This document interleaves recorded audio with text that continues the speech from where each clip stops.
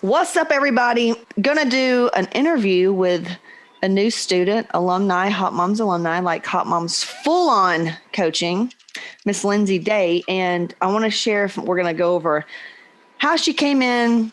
The main reason I wanted Lindsay on today is she's a stay-at-home mom, ambitious. She's got 3 kids, and the story of how we met was pretty funny. And then the biggest thing is that she's extremely spiritual and she's religious. And I get so many women that are religious and they almost peg me for witchcraft or whatever it is. So we're really going to go into that because Lindsay's story is really inspirational, and watching her just go through the program is just inspiring. And she got on a coaching call the other day, and I'm like, dude, do you mind kind of coming on and sharing with us what's going on for you and how you're processing and everything? But anyway, yeah, so that's my 2-second spiel. Thank you, Lindsay, for coming on today. I know you got a lot on your plate, but I really appreciate it.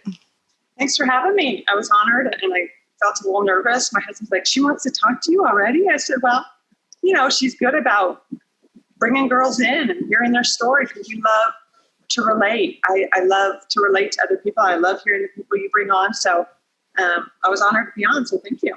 You're welcome. Yeah. Yes, we want to talk to her. Absolutely. And that's what I love when she said, I don't have like a big, transformation yet. I don't feel like I'm like, yes, you have. To me, any transformation needs to be celebrated. And I think that's the problem is so many women see these stories and they see people go from like this to that. And it's almost overwhelming. Like when you're in a place where your self-esteem's low and you feel like, I don't know if I can get out of this, you look at that stuff and it really just almost makes you feel more defeated. So to me, it's inspirational seeing new students come in and just sharing those small shifts, because those small shifts are what make the big stories. So yeah. Yeah. Okay. So the funny part of how Lindsay came in was before now I have strategy coaches that help me with calls and, inquiries and stuff like that. But at this point, I was getting everything. I was getting all the opt-ins and all the messages from people wanting to work with me and stuff. And I get this application and I think a question in there, I don't really remember. Do you remember the question where it asks you about cussing or something? I don't think it asks about cussing, but it says, is there anything else you would like us to know? That's it. Is there anything else you'd like us to know? And the app came in and she had put, if there was any way that we can get someone that doesn't use as much profanity, that'd be great. And so right then I'm just, in my mind, I had gotten to the point where I know the energy like of people that come in with apps, like who I can help and everything else. So for me, it was just going to save her time and me time to say, hey girl, I thank you. I just don't think I'm going to be the right coach. Cause I say fuck in almost every sentence. I cuss a lot and, and all that. And she goes, oh no, I didn't know you were going to respond. And the fact that she just responded the way she did, I'm like, okay, this is a good thing, because normally what women would do is they'd almost get like offended and want to put me down and tell me how I need to change because it's not godly and all this stuff. So the fact that she responded with I'm so sorry, I didn't know that was you. And I'm like, that's actually okay. But really, I can cancel our call. And then I saw she was a stay-at-home mom. And you know me, I'm like, well, how are you going to pay for it? Stay-at-home mom. Usually they're like, well, let me ask my husband. It's their way out. And then it's just like, I got to talk to the husbands. It's just a bunch of bullshit. And I was like, oh my God. And this, like, hey, and then I tried to scare her. I'm like, well, it's a 4-figure investment. Like, I really did. I tried to do everything that marketers and business and salespeople say to not do, but I was doing everything trying to like get her to like leave. Right. But she didn't. She kept saying, no, I am serious. I'm like, fine. And in my mind, I'm like, all right, God, this must be a divine appointment.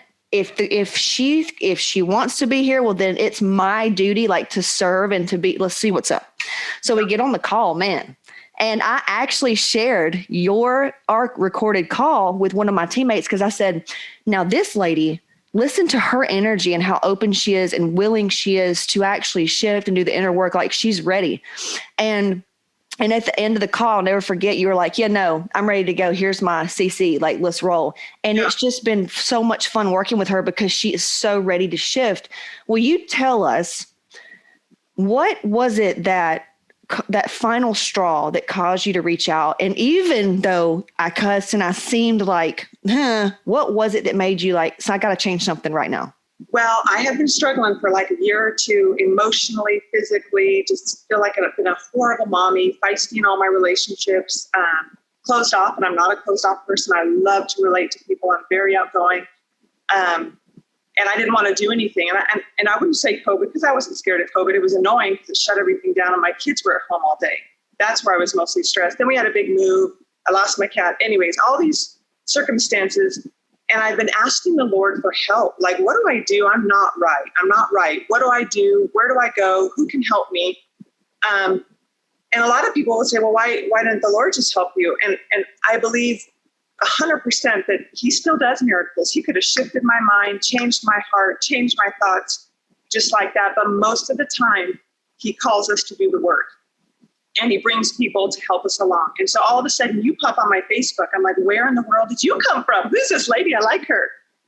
Because you were speaking to me that, because in my mind, I've been trained to think it's eating right. It's working out with the church. Things are wonderful, but it wasn't getting to the root cause. So you come on, I'm stalking you for like two weeks listening to all this stuff. And I'm like, this girl can help me. I like her mindset. I like her energy. And here, I haven't told you this. This is the trigger on the cussing. I actually used to cuss a lot in middle school and high school because I was trying to sound cool. I was an athlete, so I hung out with all the athletes. All the athletes cuss. So I was just doing what I've always struggled with insecurity. And so I was just trying to fit in. So I cussed a lot. This hot football player, senior guy came up to me one day and said, pretty girls shouldn't cuss. You sound so gross. And I mean, it just like almost took my breath away. For one, it was this hot senior, I think I was a sophomore at the time, coming up to talk to me. And then to say something like that, like pretty girls shouldn't cuss. You sound so gross. So in my heart, I thought, oh my gosh, it's so gross. He thinks I sound gross. Other people probably think I sound gross. So that was the trigger. And that was the shift I made with cussing. And then I grew up in a Christian home. I thought, I'm not honoring the Lord with my language. I had a personal conviction. So I stopped cussing then, but it was because of that. And I hadn't told you that, but that was probably my trigger. And it doesn't really bother me. I just thought, yeah, you had coaches, and that's why I put in the interview. You know, I'd prefer to work with somebody without profanity. But anyway, so that was funny. So anyways, I truly believe it was a divine appointment finding you on Facebook. Again, I was watching things. I was hesitant to go to my husband. And I was like, look, something's got to change. You're going to lose your wife and your kids because I'm like having really dark, yucky thoughts.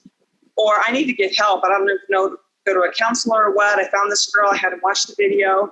And he was for it. He was for it. So that's kind of how I started with you. And again, it's only been a month tomorrow. I've lost 1 pound. So it's not about the weight, but my clothes are feeling better. I'm less puffy right now. My energy is better.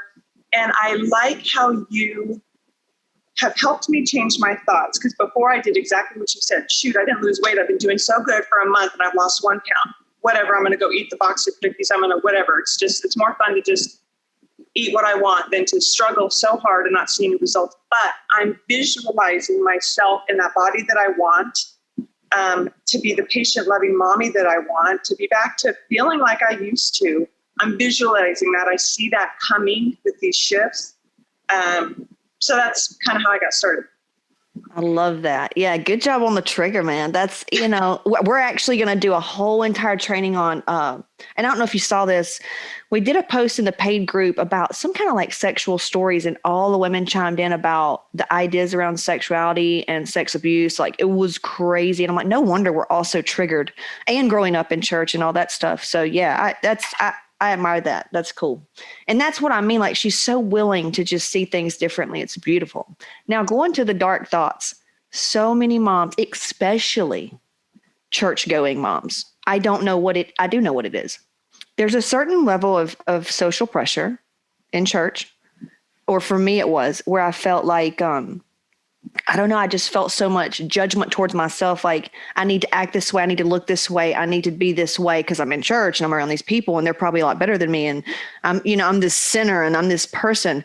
But I've talked to a lot of moms, and the ones that struggle a lot with these dark thoughts are ones that are in, they're in the Bible studies, they're in all the groups, they're like heavily involved in the church. We need to normalize all those dark emotions. And, it's like postpartum depression. It happens. There's a reason why it happens. It doesn't make you bad. What God work is to me is feeling those feelings and, transmuting, changing them, healing yourself, compassion, AKA love, God, to yourself, to get on the other side of it and to share how you did that for all to heal. To me, that's God work. Yet, why do you think so many women feel these feelings? They want to jump out of a window because they're at that point, or they're like have these bad thoughts about their kids or whatever, but they don't feel safe enough to say it. I think also because they're so worried that they're alone. That's what the enemy wants to do. He likes to divide. He wants people to think they're the only ones struggling with this certain thing. And that if they really did love God, why are they having these thoughts? Why are they acting like this? Why are they struggling? Why do they have these addictions? But here's the thing, we're all immune to that, or we're not immune to that. I mean, we're all, and especially, this is how the enemy works. If you're a Bible-believing, godly Christian, we have a target on our back. He wants to take us down because he doesn't want us to be a light for others. He wants others to look at us, oh, see that God thing that she does, she's doing this over here. That doesn't work. So I feel like he comes on real strong to believers because he wants to bring us down. We're the hands and feet of Jesus, and we can't be that if he can just bombard us and keep us suffocated and mute because we're struggling so much. And, this is another thing she says, the enemy, and I say fear. I always say fear. And I love how she used the enemy because that she says in the church she goes to, or the beliefs that you have, the enemy, that's what you use. That's what you call it. And I love that. So I've been using that in some of my videos, right? The enemy, Satan, negative and fear, it's all the same. And you're either doing love or fear. And, man, when I see these certain people that are, highly religious and they're like, let me pray about it. I just don't. And then they'll pray about it and be like, yeah, it's just not a fit because of whatever, something about their beliefs. I'm like, okay, wait a minute. So you're trying to do light work, heal, God, Jesus, all this light stuff, yet you're praying and listening to fear, the enemy. Right. What would you say? What's going on? Spiritual warfare? Sure. Absolutely. I don't think they're discerning the voices. The Bible calls him the father of lies. And that's what he does. He just spits lies at us. And if people don't believe in the spirit of the Antichrist, turn on the news. Look at the news. That's just the hate, the racial stuff. That is it's just rampant in our world today. That's him. That he is the father of lies. He causes the fear. He's just wreaking havoc on our world. I would see, and I think the Lord uses gifts. I really believe he's gifted you with discernment. You can read people. You can tell things about people. You can sense people. I think he's given you the gift of encouragement, compassion, and discernment. And that's why you're able to help so many people. So I think it's probably just excuses, right? I've used that before when our church asked us if we'd help in the youth group. Let me pray about that. Oh, I didn't feel led to do that. That was my excuse because I don't want to do it. That's what it was. So you're right. It's fear. They don't want to spend the money. They don't really think it's going to work for them. And so that it's an easy cop out to say, I prayed about it and I don't feel peace about it. When really that could be very true. That could be very true. But I think most of the time it's an excuse because they don't want to jump on board. Sister Lindsay's spitting the truth. And this is what I told her the other day, because you got on the coaching call and it's not necessarily like she gets on and she's like, hey, I've got these things, these problems or whatever. She gets on to like check in. And she got on the other day and she goes, you know what? I started journaling again because we have journal prompts. It's not like we say, let's journal. And then you get to your journal like, I don't know what to write. We have journal prompts that'll actually bring stuff out. But she started journaling again and she just had this overall sense of calm, clarity, and all that stuff. And did you say that like prayer, how's your spiritual life been different? Is it improved? How has the power of prayer gotten, more stronger and more profound? Like, how has your spiritual life changed since, before working with me and then now? You know what? It's worked a lot more in this month just because I see the power in spending that time, slowing down. I have a hard time slowing down. I'm a busybody. I want to be productive. I want to do. It's hard for me to sit down. But this last month, you talking about how the inner work is the most important. You've got to do that and then the other stuff will follow. And I'm seeing that because my physical stuff's not changing that fast. But within this month, my mindset has done such a shift. Anyway, let me tell you my trigger on journaling. This is nuts. And I realized this the other day when I was talking to you too. As a teenage girl, I had a diary and I wrote everything in my diary. At 14, I lost my virginity. I was taken advantage of by an older boy up the street, a neighborhood kid, completely, I wouldn't say rape. I wasn't like drunk or anything like that. Completely took advantage of me at 14 years old. So the damage that has done goes way back. I wrote everything in this diary, everything to the nasty, dirty details. My brothers found my diary. They took it out. They let all the kids on the street read it, and then they left it out. My mother read it. My poor mother. I feel for her as a mom now, having to read these details. No mother should ever have to read these details. So when my mom found my diary, anyways, so much trauma from that. And I think from then I never wanted to write anything again because I thought, what if somebody reads? What if somebody finds this? What if somebody knows? How embarrassing. But now that I'm journaling again, I love it. I look forward to it. I love getting these thoughts out because I feel like when I get these thoughts out, I'm speaking them into light. I'm speaking them out and I'm dealing with them instead of just keeping them all in my mind. So that was my trigger on journaling. And I figured that's what it was. All that traumatic stress from when I was 14. But now I really enjoyed journaling this last month.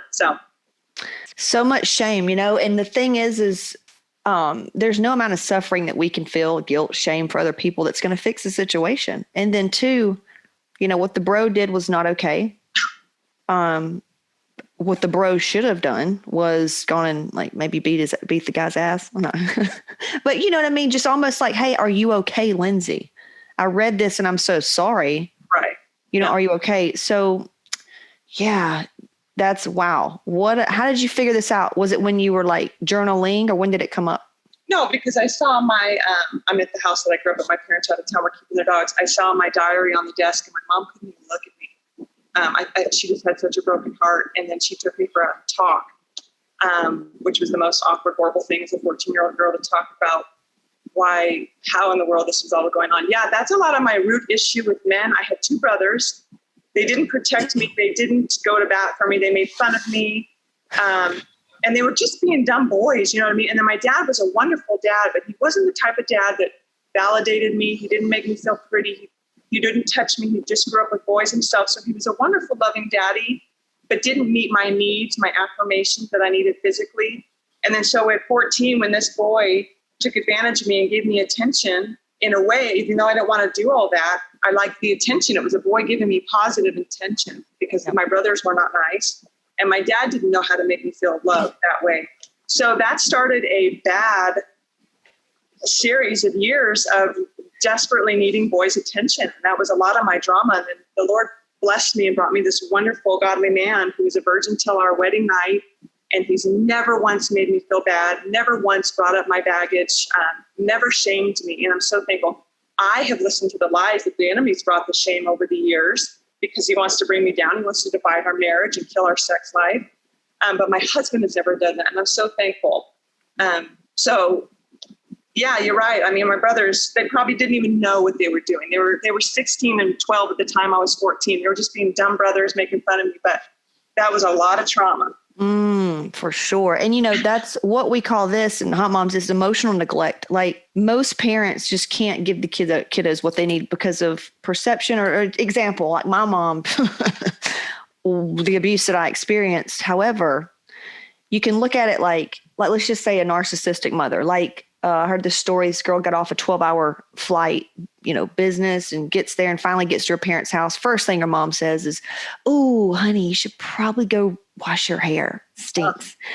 And most people would, they'll just, narcissistic mom, that like those types of mom energy. But really, yeah, while that's toxic, in some weird way, the mother feels so insignificant and like she cannot help you. So in her mind, her only way to help you is to tell you these things, because if she can protect you from feeling rejected or, it's her insecurities that people are going to think she's nasty. So she wants to help you. Like these parents and these people are only projecting their own insecurities and shit onto the other people. And that's why it's so important to do the healing work.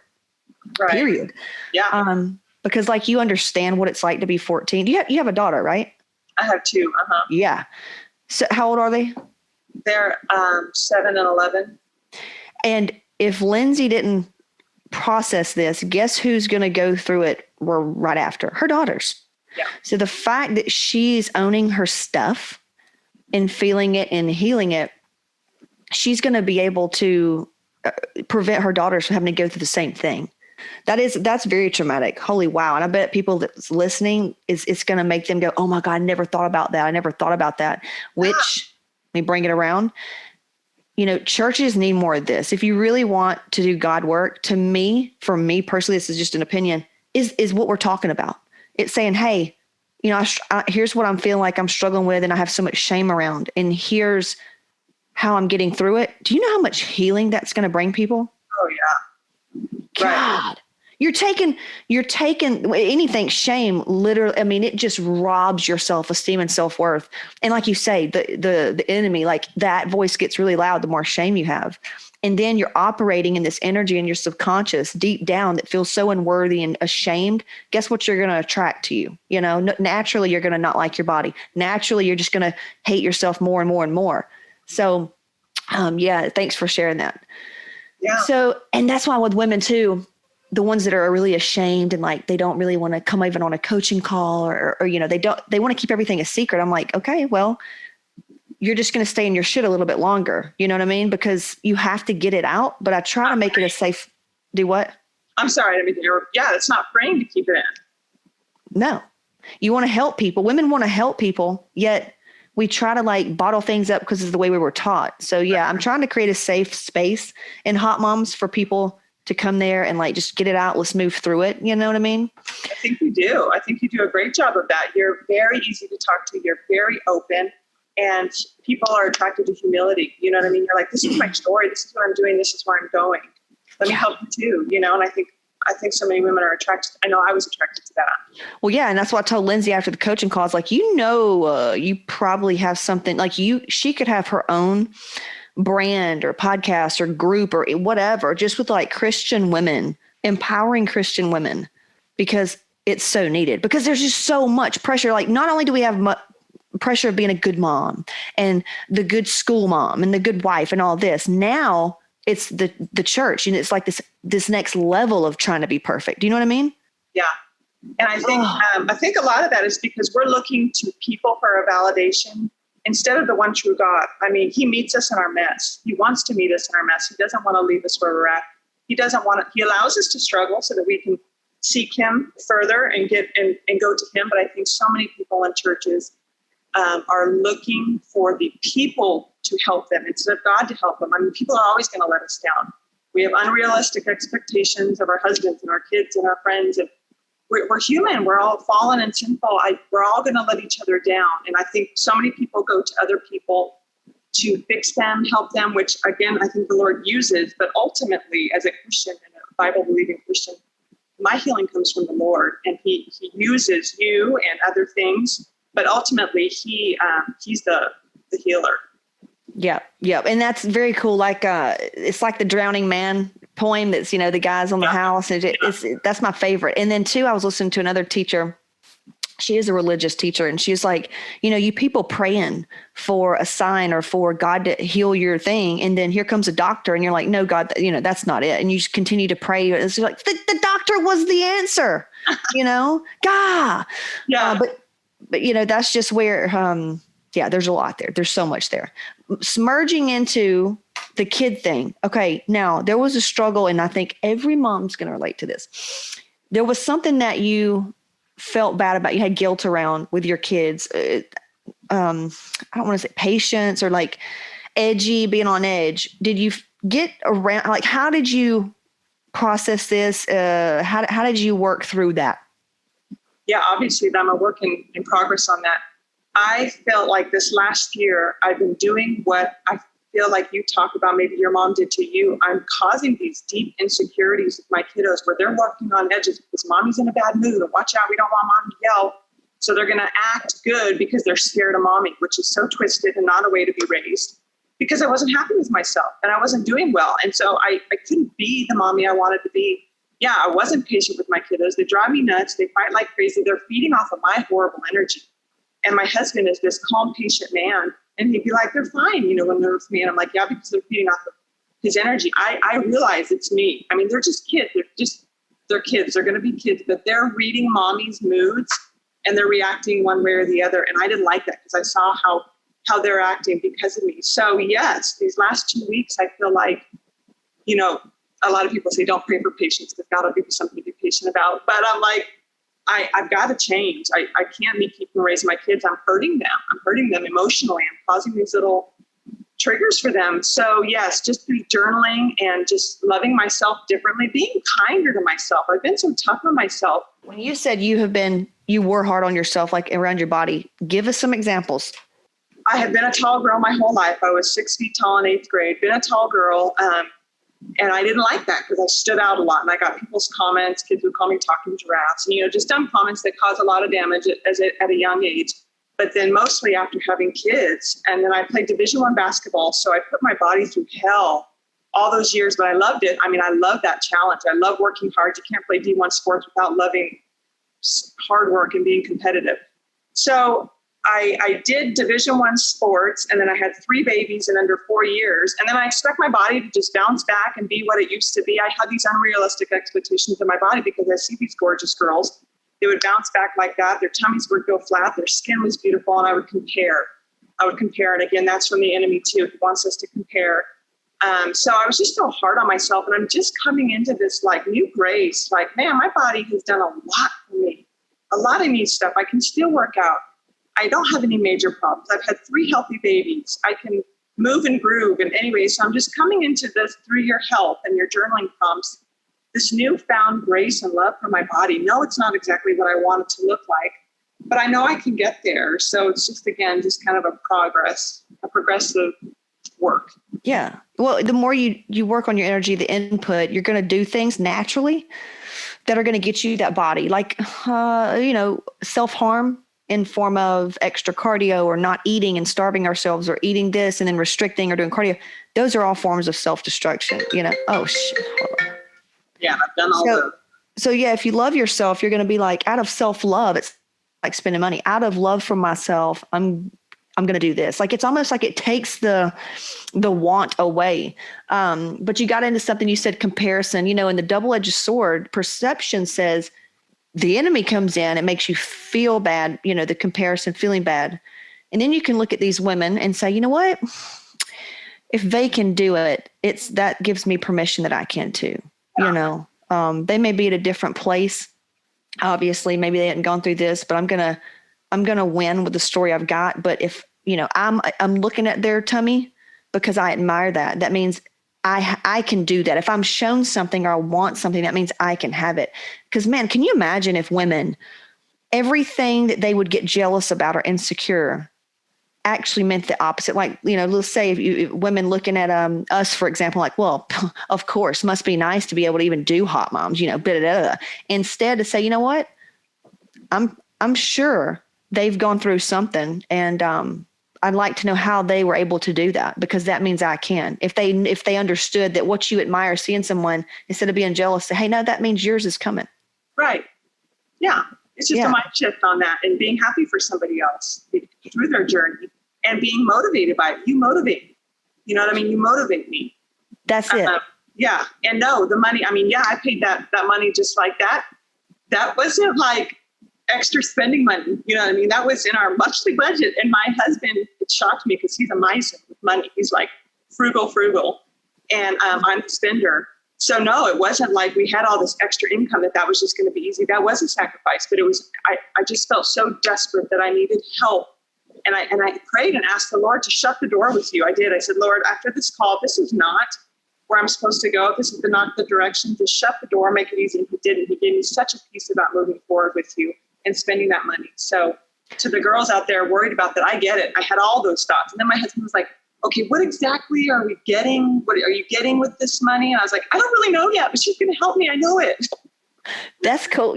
So you must have just had a gut instinct. Like when you say peace, do you know where you felt it? Was it like a heart thing? Was it a gut thing, a head thing?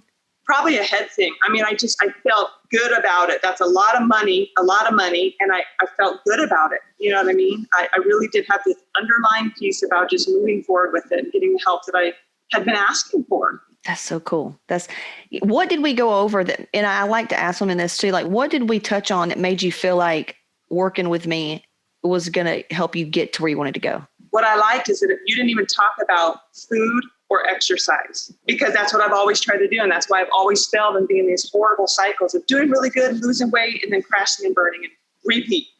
You didn't even talk about that. You were all about the mindset and shifting thoughts. And that's where I need so much help, because I get so off. I look in the mirror, I believe lies. And I love that that's what it was about. It was not about, okay, this is how much you need to eat and work out, because I knew that's a struggle. And I'm going to have to get there. And I'm making my small moves to that. But I love that it was a whole different approach. Yeah. Now I tell women, I'm like, what makes you think this isn't going to work? And I was like, did your other programs come with, I'll do the mindset and the emotional healing? No, I'm like, okay, then. So let's roll. So let's go over what have you tried? And then what was your goal? Like, was it a weight goal? Was it a toning thing, like strength? What was it? Yeah, weight. I mean, I've gained 30 pounds in a year, which is a lot on my body frame, and just unneeded weight. So it is weight. My biggest thing was my heart and my mind. Not, I just knew I needed help there, and I didn't know why I wasn't able to do it on my own when I had before. So something changed. So then you talked about my adrenals and giving all these cues as to how maybe your adrenals off. I'm like, yeah, I think that's it. So yeah, it is my image. I do want to feel better in my own skin. I do want to look better. I want to be thinner. Working out, I just feel heavy. And I don't like that, because this is the most I've weighed since I've been pregnant. So yeah, it's that. It's the emotional mindset change, the heart change, and the weight. Got it. So before, what have you tried? Like, what kind of diets, pills, potions? I mean, lay it on us. Oh goodness. My homeopathic doctor, she had me on, 5 million supplements, doing this and this. She said I had a bad parasite. And so I did the stool test and did the food elimination, and that was tough. And then tried to bring it back in, and that was tough. Crazy workouts. I've done the Orange Theories, and I really love working out. So I love all that cycle working out, but learning from you, that was not how I should have been training with low thyroid. I have hypothyroidism.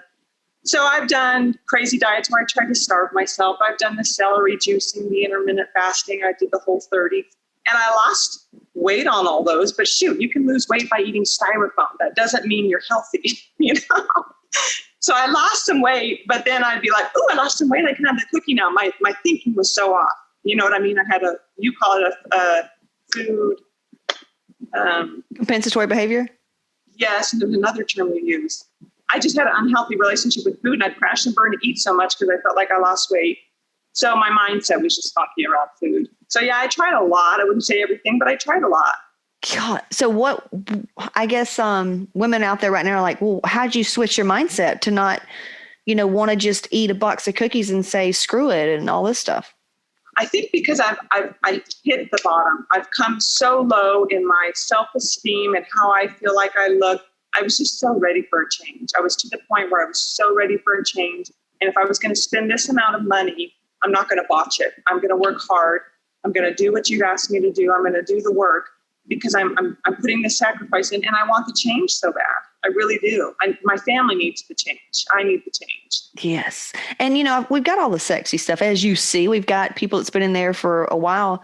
We have the top-notch software and the physicians and all that. However, if you went right out to get your hormones done, but you didn't address this stuff,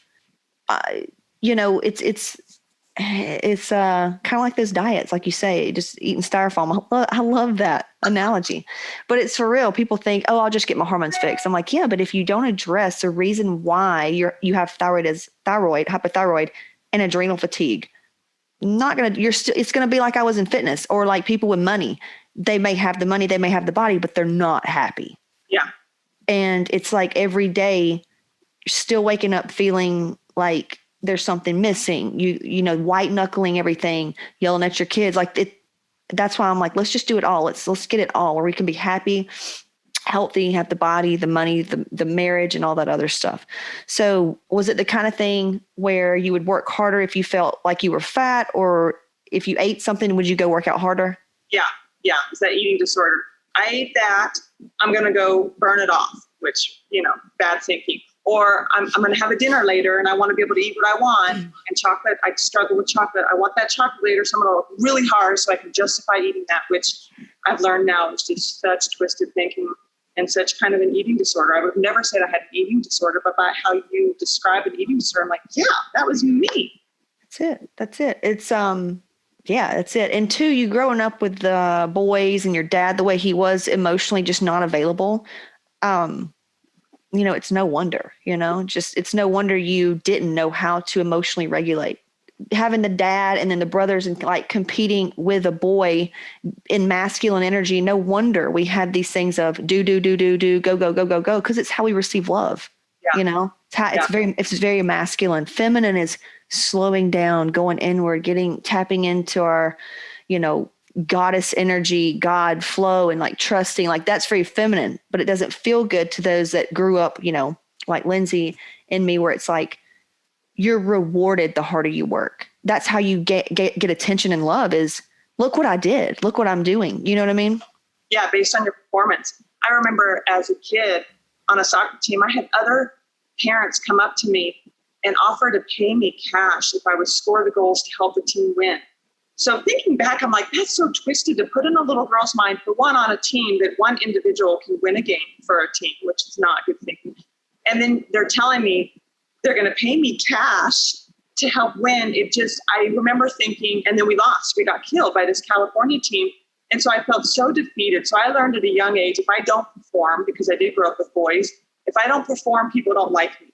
If I do what they want and I perform well, then people like me. So I got so into people pleasing. I mean, just paralyzed by what people think and having to perform, and then playing Division I sports and feeling like I let down people and my coaches if I didn't play well, and people acted different around me if I didn't play well, or they praised me and acted so different if I played well. That was just not good for my psyche. Just not at all. Dude, I just read a book called, I think it's in the book club too, The Inner Game of Tennis. Holy shit. Like I told Skip, my husband, because he's a professional. He's worked with 75,000, private lessons. He's like a mental coach for sports, retired, played, MLB and all that. I'm like, dude, this is what you teach, but it's the inner game of tennis. And at the end of the book, of course, the whole book's great, but at the end, he really describes competition and like, good game and what it really means. But really competition is you want that person to bring their A game because it allows you to grow and get better. Yet we view it as if we win, that means we have to push another down. And that's so not true. And I'm like, because I have watched professional athletes and I'm like, how do they, even watching like fighting as a sport, I'm like, how do they do that? I couldn't handle that. But it's because I had all these fucked up beliefs. But the inner game of tennis, because you're a D1 athlete, that may be a great book for you to listen to. Okay. And everybody listening, because it really it helps your perspective. Yeah. On, performing and tapping into, you got your ego, thinking mind, and your soul. Like when she talks about connecting to God, it's the flow. It's when you're in flow state, when you're like playing a sport. And I'm like, well, how'd you do that, Lindsay? You did the layup and look, do you even know what you did? And you could probably ask her and ask any other top-notch athlete and they'll go, I don't even know what I did. I don't even know. I just, you feel it. You know what I mean? Yeah. And he walks through that and explains the thinking mind versus that, but it's a great one, the inner game of tennis. And I think it's a big deal. That's a big deal, but yeah, that's a lot of pressure on you. Golly, no wonder you were at your wit's end, Yeah. I'm trying, I've seen caught myself with my kids and they're playing. I almost wish they picked a different sport than basketball because I feel so judgmental. And I'm trying not to do the same thing. And I'm trying to put the whole focus on their effort. Baby, I want you to work hard. I don't care if you score a point. I don't care how many assists you get. I want you to work so hard. And I'm trying to put the emphasis on working hard and having fun and not how they perform, because she would come home in a bad mood because she didn't play well. And I'm like, well, you did this and this and that. No, I'm doing the same thing that people put on me at a young age. And I don't want to do that. I want it to be about fun and hard work and giving their best effort and not necessarily about performance. And that's what it is, though. Deep down, when a kid loses, they take it personal. I do too. I still struggle with this. Like if I see another entrepreneur and we've been doing a similar program and they're at like 150K a month and I'm sitting here at 60, I'm like, fuck, I feel like they beat me. No, they're doing something different I can learn from. I have something to learn here that's going to make me a better entrepreneur. Yeah. Like, this is cool. And I can probably maybe I can use it in my advantage to teach on anybody else that's struggling with this. Like, it can be a thing. So yeah, that's something cool, because it's so hard not to feel like take that L personal. Yeah. And see it in like, oh yeah, well, let me just work on my backhand. And yeah, so I get it. Well, what do you eat now that's different than what you used to eat? Well, the only thing I've honestly changed is I got our food results back, and I'm just taking out all those foods, which are a little bit hard and some shocking ones. But like you said, I'm just taking out the reds. I'm trying not to overwhelm myself with changing everything at one time, because that's how I crash and burn in the past. And you've even said that many times. Start with these little small steps, these doable, realistic steps, and those will keep growing. And then, you know what I mean? Repetition creates habit. So if I'm journaling every day, that becomes my habit. If I'm avoiding these foods every day, that becomes my habit. And then honestly, it's gotten easier over the month. I'm not craving chocolate anymore, where that was really hard for me. I wanted chocolate after every single dinner. And I would before that. And milk chocolate and dark chocolate were red on mine. I was like, probably because I had too much of it. But the only thing I'm changing, I'm eating very clean, but I like eating clean. I'm taking all the red foods out, and I've taken wheat, dairy, and sugar out completely. Okay. Did it say you couldn't have sugar?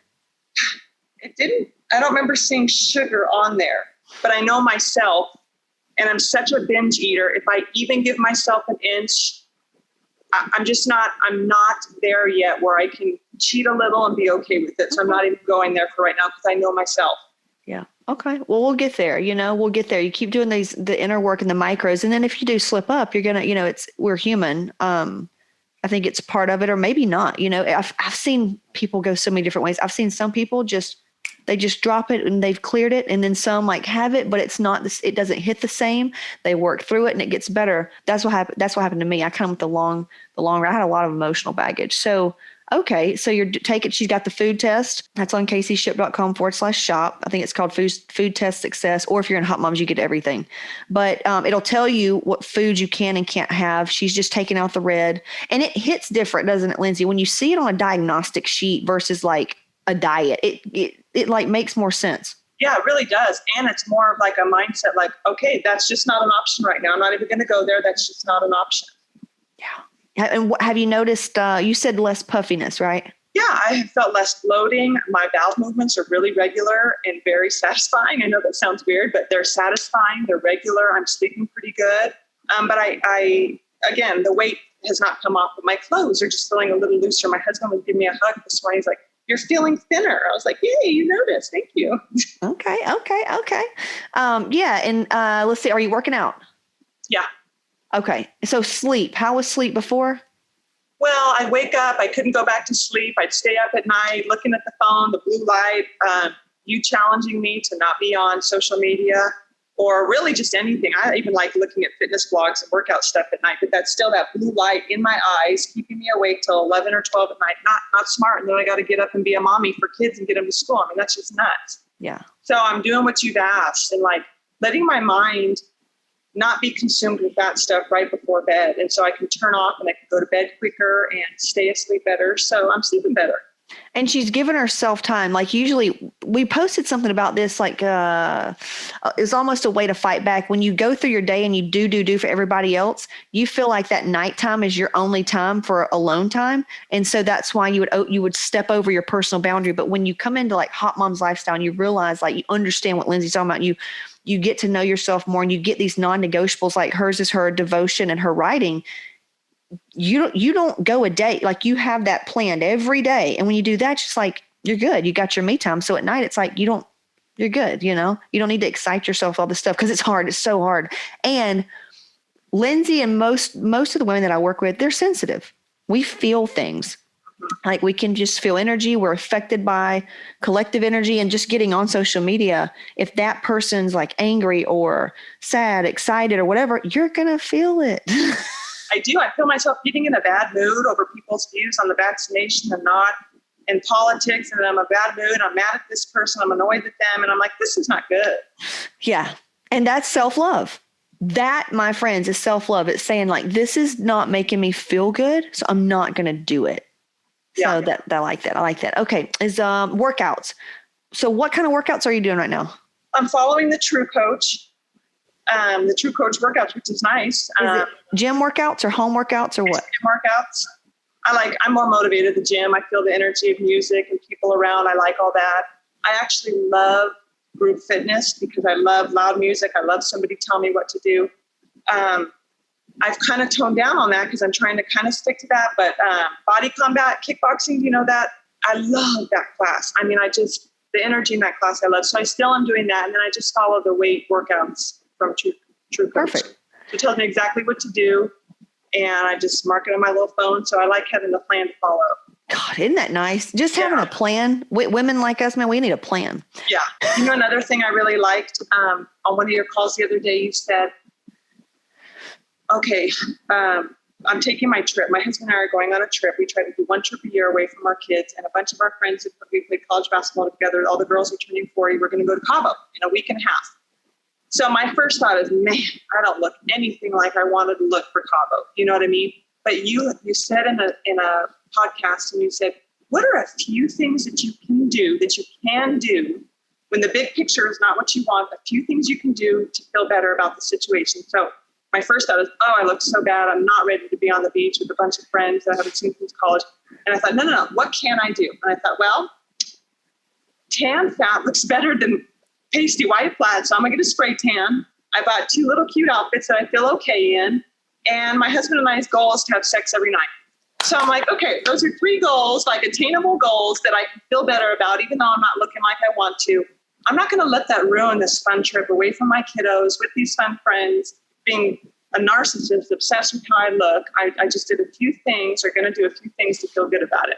And you see it as the enemy. Like, look, seriously, anything that feels that way, it's the enemy trying to make to bring you down. So if that wasn't there and you already had the body that you wanted, how would you show up? That's how you collapse time and actually get what you want faster. Next thing you know, out of the blue, she'll be like, you know what? I got on there and I actually tried to do macros and it's working. Like, I can't believe it's that easy. Like, yeah, because you've been showing up every day, choosing to be the person you want to be. Yeah.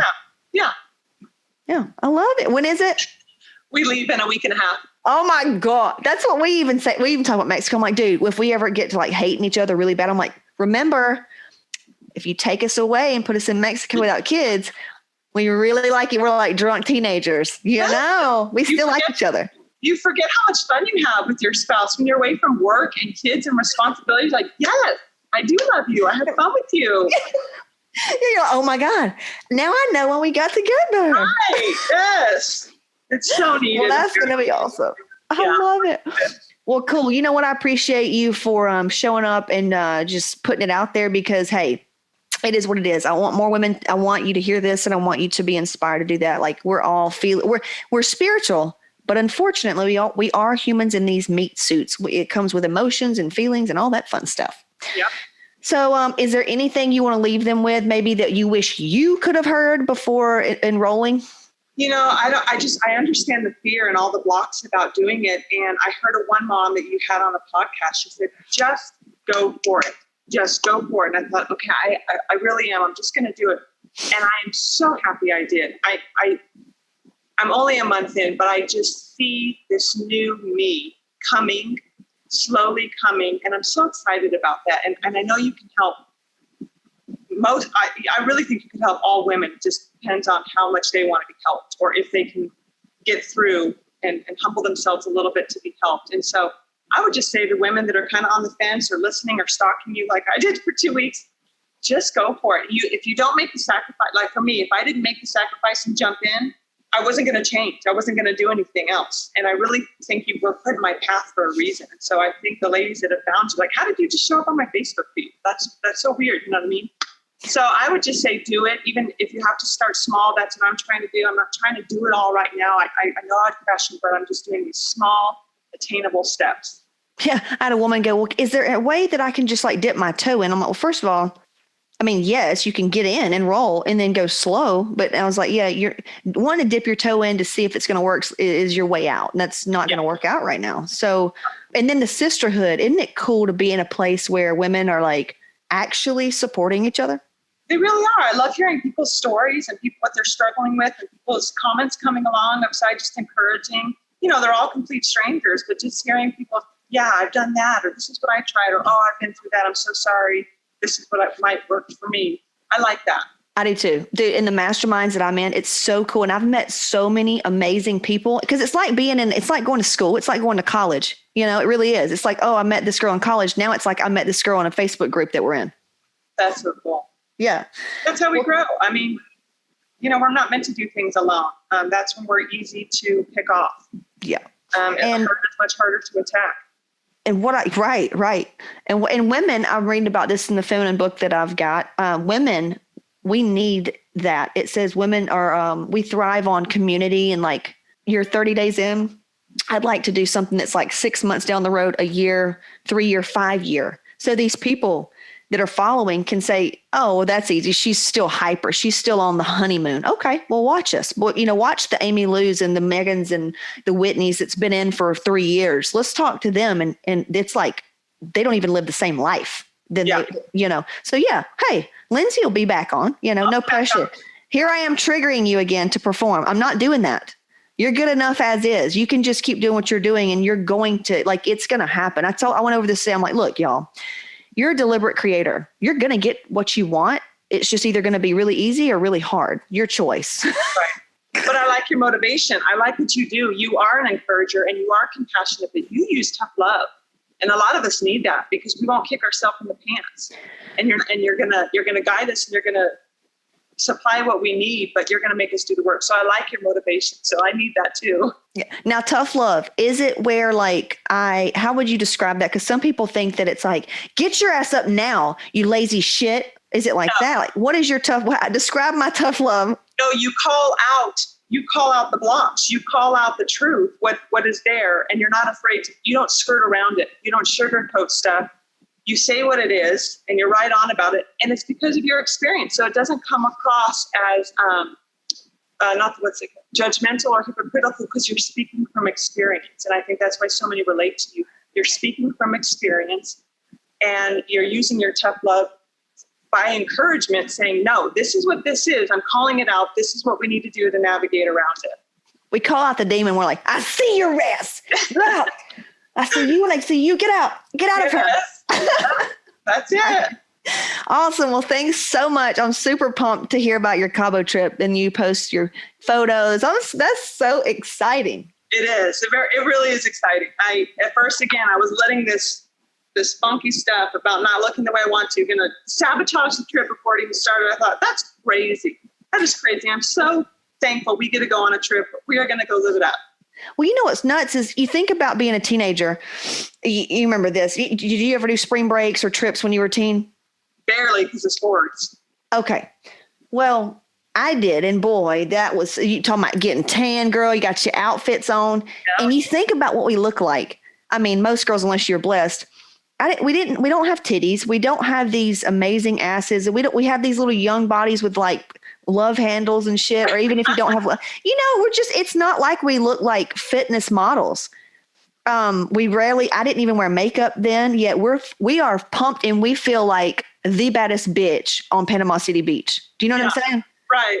That's so funny. And then we get older and we look way better and everything, even like comparing, and we eat better. We have more money, and we're sitting here like beating ourselves up. Like, wait a minute. I know. It's like, why do we do that? Yeah. It's just all that baggage, man. It'll weigh you down. So yeah, cheers to clearing.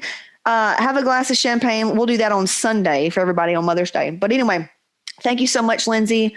This will be posted everywhere. And if people want to follow you, do you mind sharing, or do you not want to share that? Because I saw your family at Disney. But anyway, if people want to just you know what? She's in the free group. Just get on in Hot Mom's free group. You're in the free group, right? Yeah. Lindsay Day. Mm-hmm. A-Y, not E-Y. E-Y. E-Y. Lindsay Day. Okay. E-Y. Yeah. All right, girl. Well, thanks for having me. You're welcome. Talk to you soon and have so much fun. Thank you. Bye-bye. See ya.